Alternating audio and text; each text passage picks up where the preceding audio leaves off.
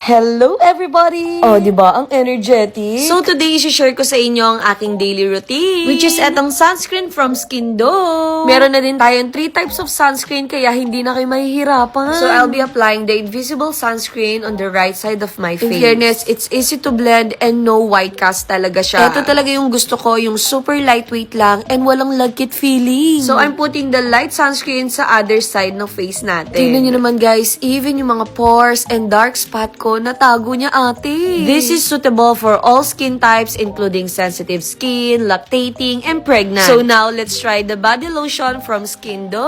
Grabe, packaging pa lang, it looks high-end. Ngayon, itry naman natin yung texture. Serum type ang atake niya kaya ang bilis lang mablend. Akala ko sa packaging lang pang high-end, pero yung scent niya din pang expensive. Opo, kahit umulan o umaraw, this is perfect to use for all seasons. Meron din tong SPF 15 kaya protektado ka against the sun. Wow! Meron din tong snail mucin, hyaluronic acid, and niacinamide. Kung ako sa inyo, itry nyo na din. Bye!